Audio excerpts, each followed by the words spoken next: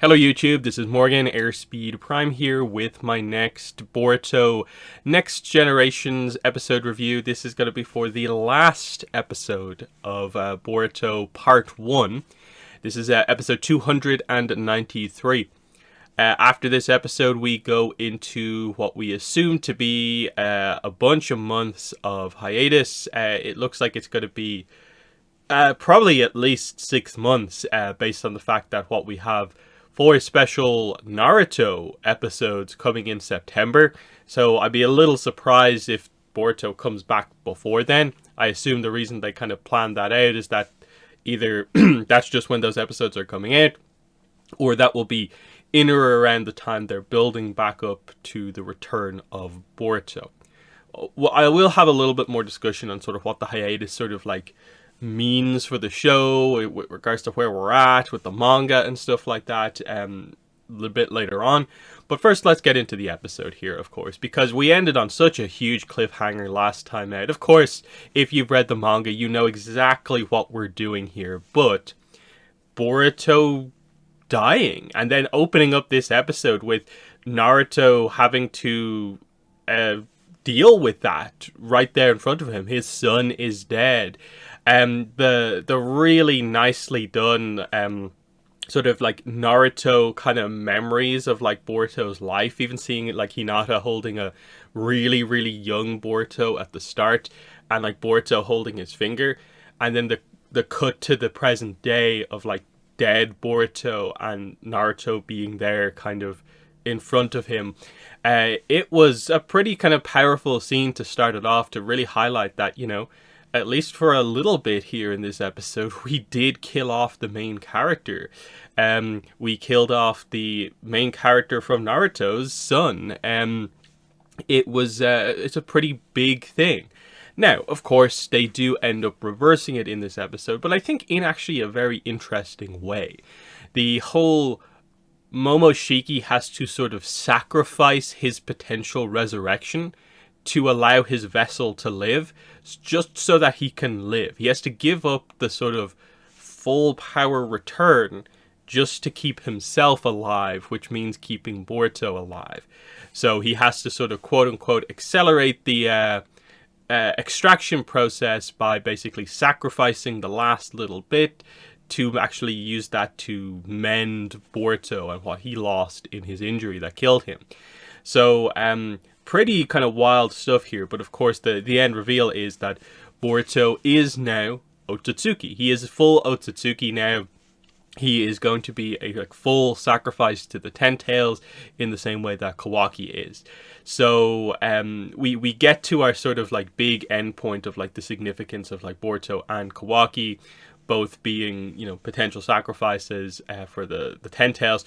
Whenever they're going to activate that plot point and actually do something with it, I'm not really sure what the idea is, because obviously it's Code's plan at the moment, but obviously Momoshiki wants that as well, and then like chakra fruits are of course hugely important things, so it feels like there's going to be quite a bit of action surrounding whenever that Ten Tails is going to get used.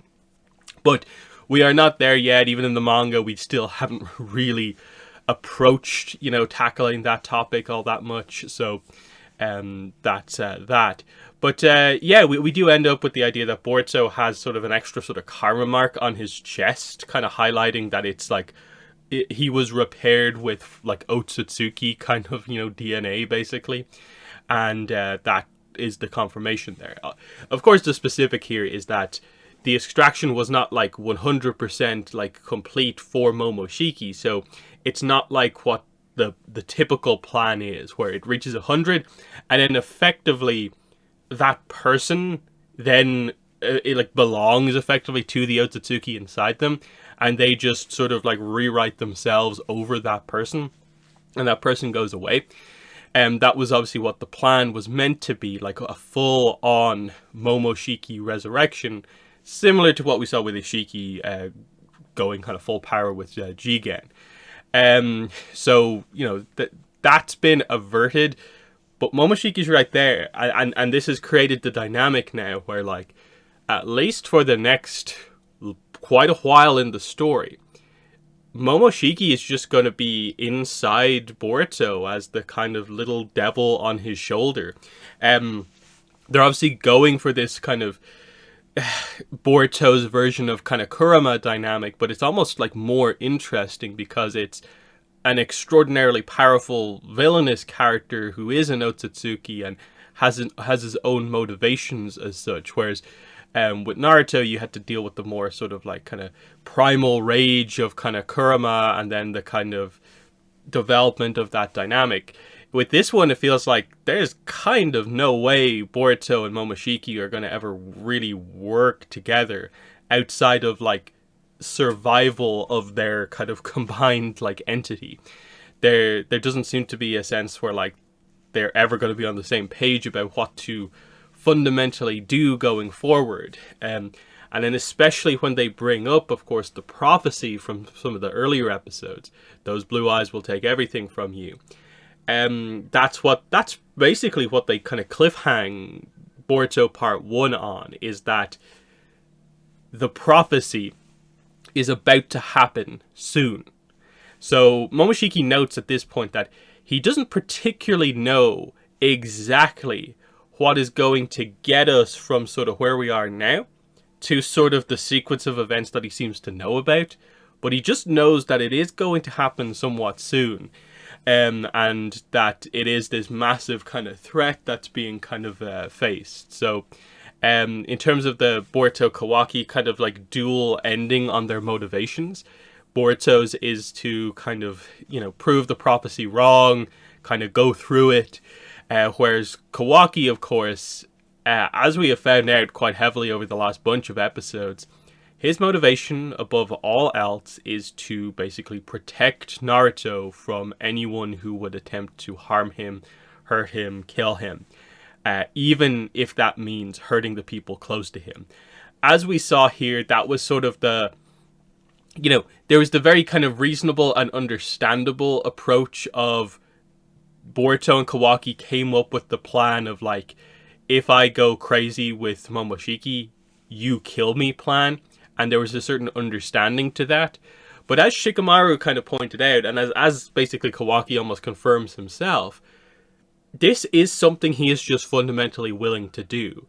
He is not willing to just sort of accept that, like, I did it because I had to do it. Like, kind of in a way, use the excuse presented to him, which is that Boruto asked you to do it. It was a plan the two of you came up with. He's kind of like, no, I do it. Even if it's my brother or family member, I'll do it anyway. And Shikamaru points out that like there wasn't really any hesitation there for him. And they're even sort of teasing a little bit that like Kawaki's a bit shocked that Boruto is alive. That it was less kind of relief that like the situation has resolved itself in a way where like Boruto has lived, and more like, what, he's still alive kind of type thing. But an interesting situation where like they're beginning to build up the idea that, we've had characters in Naruto whose focus has been kind of protecting people. That's a perfectly fine, noble kind of want. But with Kawaki, it does go to quite heavy extremes, and they're really presenting it as, I think, being like an obsession at this point, that he will sacrifice anything, even his own life, for Naruto, and there's no real other care or drive there whatsoever.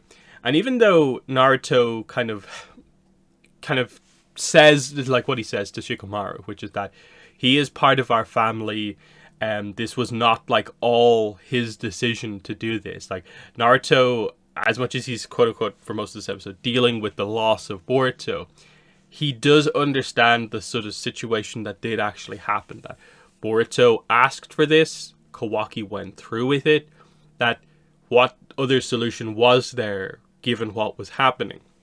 He can accept that. But there is a little bit of doubt, I think, in his mind over the fact that Kawaki did it so without really any hesitation at all. That there didn't seem to be that same level of kind of emotion or care. That it's very clear that, okay, Kawaki seems to care for other people to like a certain extent, but no one comes anywhere near Naruto, and because that's so obsessional, basically, it creates the problem that we of course have. Now, most of the episode, I suppose, what we got a bit of a Code Kawaki fight. Now, this one isn't really too much of a kind of even fight because Kawaki is basically limits unlocked. He is effectively the second coming of Ishiki here, so he should be way more powerful and is way more powerful than Code with limiters still on. And so, yeah, we just see Kawaki go at Code. Code tries to get away, but Kawaki's powers are too strong. He's about to be killed. And this is all happening like while Shikamaru and Naruto are talking.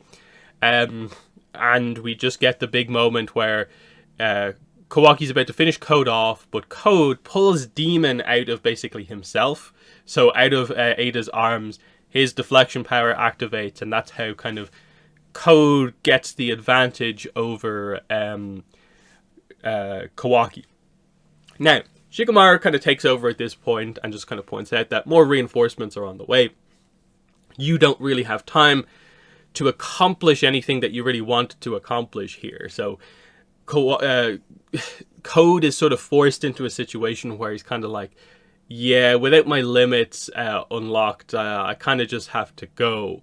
So he just leaves in his claw marks, takes like Kawaki being out as like his cue to escape, because he did come pretty close to being taken out here. So Code thinks that that's for the best, though he does allude to the idea that he has a plan to get the limits unlocked sooner rather than later, which if you read the manga, you know is like, it happens so much quicker and sooner than you actually expect. It's kind of crazy what they actually end up doing here, which makes the fact that this is the hiatus break for the series all the more interesting, because the manga doesn't use this event, like the recovery of Boruto, quote unquote, the aftermath of this, as a break. In a way, they use it as like a fake break to make it feel like we're about to have a little bit of time to ourselves before we build up again. But then, like, it surprises us with boom, and the action continues. So I'm wondering, is the anime going to basically do both? Like, there is a little bit of a break, but then the action actually commences like as soon as you need to. It's going to be interesting to see how that all plays out. But of course, we do get some continuation back in the village. So we get the Sumire Kawaki scene, where they do it a bit differently than the manga, of course, because in the manga you have a lot of scenes where like they go to like Boruto in the hospital first. You have scenes with Amado and Shikamaru, and then eventually you get to Kawaki. But it feels like they kind of brought forward in a way this Kawaki Sumire scene, and had the kind of information revealed between the two to be a lot kind of clearer, where I think it took a while for Sumire to find out the details that, like, oh, Kawaki, it was forced into a situation where he killed Boruto, whereas here she knows straight away that, like, oh yeah, Boruto's fine. And through their dialogue here, you basically get that kind of caught up to speed straight away. Similarly, this is the scene where we get him sort of reflecting on the fact that he has the karma back and how it was done against his will, but when it came down to it, he had the desire to get the karma and needed that power, and he can... And I suppose this is building up to Kawaki's sort of slight change in motivation, from being very anti, like, the karma is the worst thing to ever happen to me, I need to get rid of it at all costs, to being like, no, I can accept having it, my issue is with the people who gave it to me, kind of more thing. So that's sort of the switch up that happens with Kawaki. But beyond that, we get to then the what I like, actually, they kind of bookmark anime Boruto part 1 with bringing back the flash forward scene, and then giving us this basically kind of anime original scene to act as like an ender for this part, with Boruto and Kawaki on the Hokage stone faces, basically just committing to their goals, which is that Boruto, that he will prove the prophecy of his blue eye, those blue eyes will take everything from you wrong, and that Kawaki will protect anyone who comes after Naruto. Obviously, adding in the whole idea of in the future, stuff like this will lead to them being in conflict with each other is a direct setup for basically what's about to come. And then the crazy thing here, given what's often discussed in the fandom, is that this is the moment they choose to, after like what, over 100 episodes, finally bring the Jogan back. So when they cut to the kind of half and half shot of one half Boruto, one half Kawaki, they of course have Kawaki with the kind of Ishiki eye. But they have Boruto with the jogan. And very clearly here, because it's in the anime, because it's in color, and you have like the animation effects and stuff like that, it is very, very clearly the jogan and not the Byakugan. And that's always been the problem with this. Anytime it happens, anything related to that eye happens with Boruto in the manga, there are discussions and debates because it is very unclear when the Byakugan is being shown, and then if it is potentially like the debut of the jogan in the manga or whatever, it's so unclear what's going on there because you never really know. But to me, the anime choosing to effectively go out for its part 1 on Jogan versus Kawaki's eye power is a really notable sign that eventually the manga is going to get around to doing stuff with the jogan. That the jogan is not just some anime extra thing that they added in, that no, it is actually an extraordinarily important part of the story, and we will get around to it eventually. Now, I think this is more on the manga than the anime about doing stuff with this, because I think the manga has been very unclear about what exactly it wants to do. But I would also say with Boruto, to me, the finalized version of the story that I kind of often think back to is probably the anime version over the manga, which is sort of different, where like say in Naruto, I think you'd always go back to like the manga is always like the source material and the anime is just an adaptation. But with Boruto, I think it goes probably a little bit beyond that, where it does feel like the Boruto anime project is more of the kind of the main Boruto project, just because of the whole like monthly manga situation. The manga is so focused on just a couple of characters. Yes, the anime still has the problem of like all the kind of extra arcs that kind of aren't really needed, and probably the need to switch up its schedule if it does, whenever it does come back. But you know, we don't know if they're going to do that or not. But it just highlights the idea that for me, I often think of like the finalized material as being the anime, because I feel it gets the pacing a little bit better than a lot of the way the manga does it. Just in terms of like the fight scenes always come across better, and most of the story presentation I think is stronger in the anime over the manga for Boruto. And I don't know if that's just because they do have like a different kind of creative team than, say, you know, with Naruto it was Kishimoto himself, and here it's not really the case. But that's just the way I've always felt it. So, you know, the jogan is real, is the kind of takeaway from here, and hopefully this debate can finally be put to bed a little bit here, that, you know, I struggle if people are trying to frame this as like, well, it's only the anime doing it here, so it's obviously not that important. It's super important. Like, how is Boruto, for instance, like where we are in the manga right now, the crazy incident that happened in the manga right now, that basically the ending of the anime here kind of is directly setting up towards the prophecy.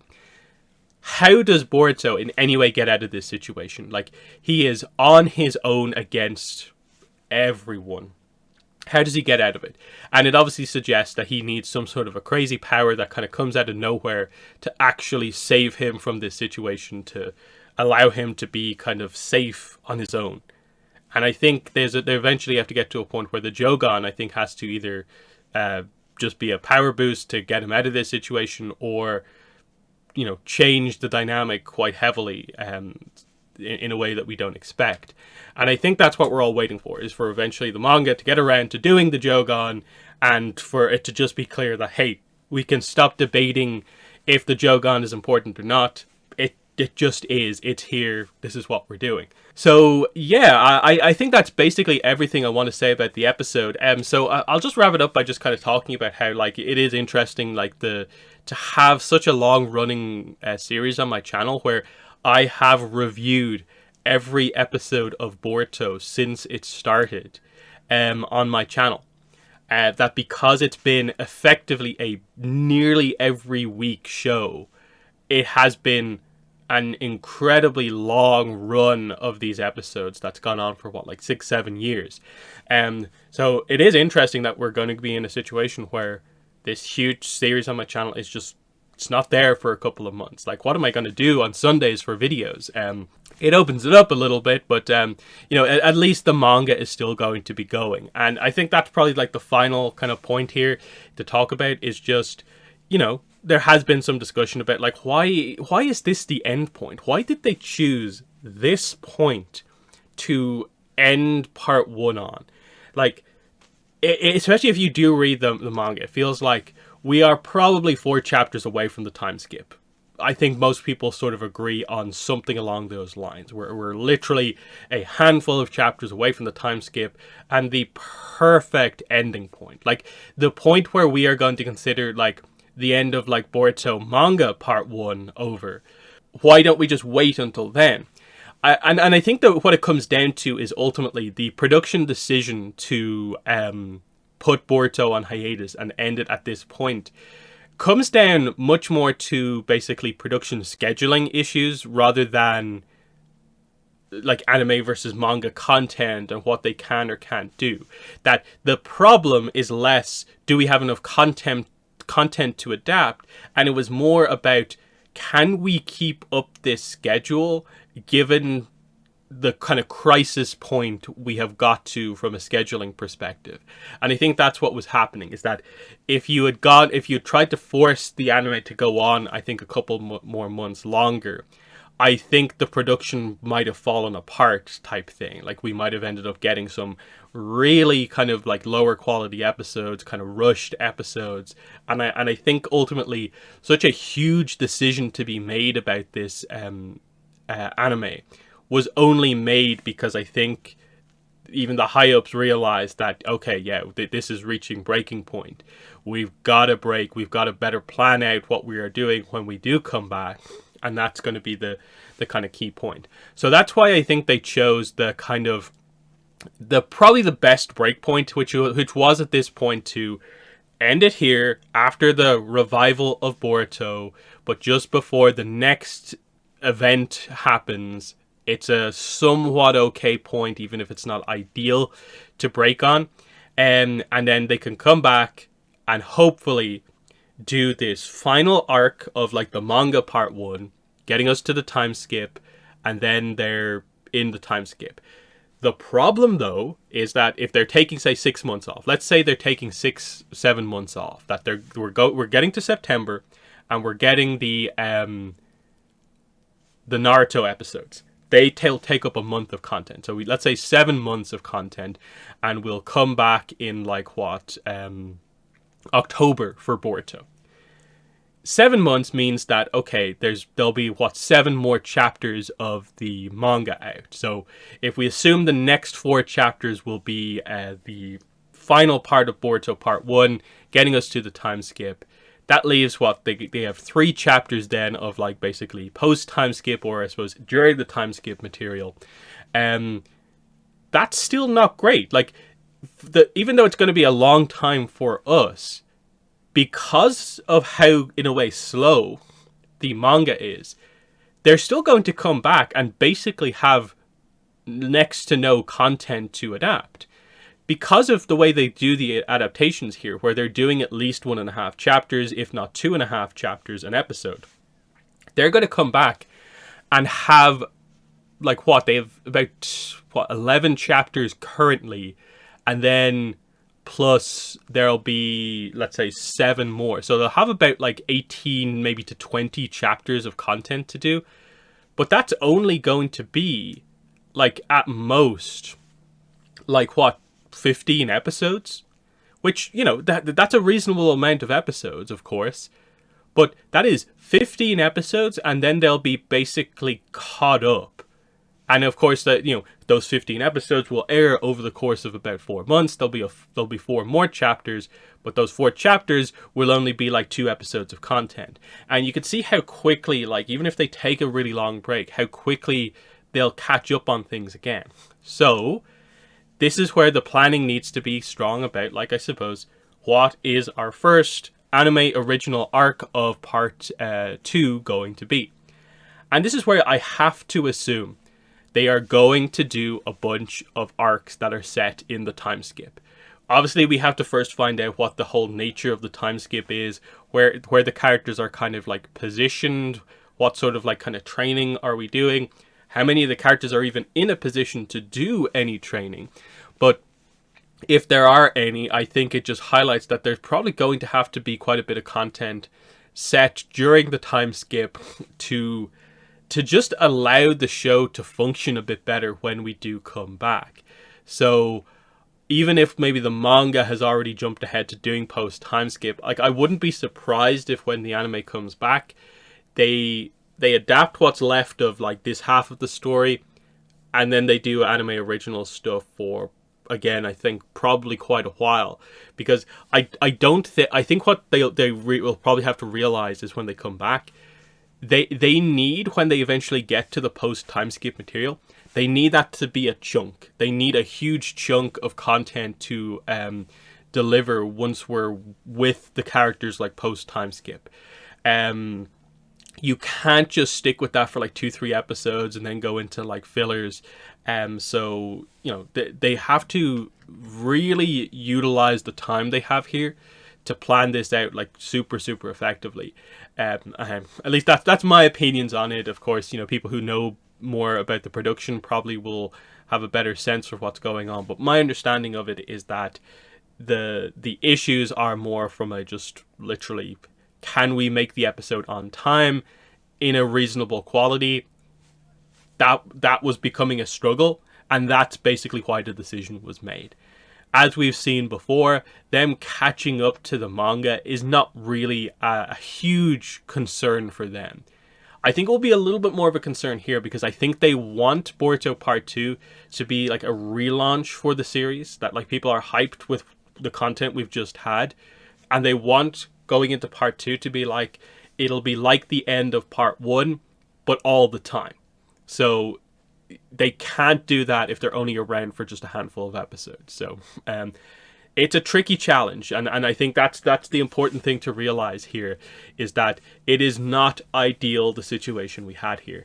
If Boruto was a weekly manga or even a bi-weekly manga, I think we'd be in a much better situation. But because we are monthly, and a lot of the times the pacing can be quite slow with the Boruto manga, that does become a problem.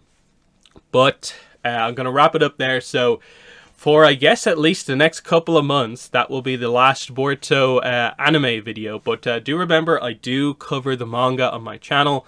And if you are anime only, this is probably a good time to catch up with the anime. Sorry, catch up with the manga. We have adapted at this point up to basically chapter 67/68. So that's probably your starting point if you do want to catch up with the rest of this. Chapter 67 might be content you mostly know, but you should probably read it to have the lead into 68 onwards. And obviously we just got chapter 79 just like last week basically. So you've got like 10 more chapters, and then obviously the chapters continue to come out monthly. Next chapter is on April 20th. So we're still a few weeks away from that, but it's going to be pretty exciting to see what they do because of that. So I review the chapters when they come out, pretty much the day they do come out.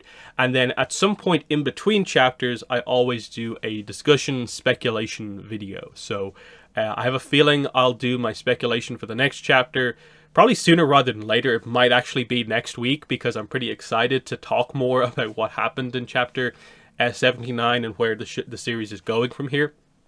But yeah, Boruto Part 1. Overall, look, as ever with Naruto, look, there's a lot of anime original content. There's a lot of quote-unquote filler episodes. but there were some fantastic moments across the board.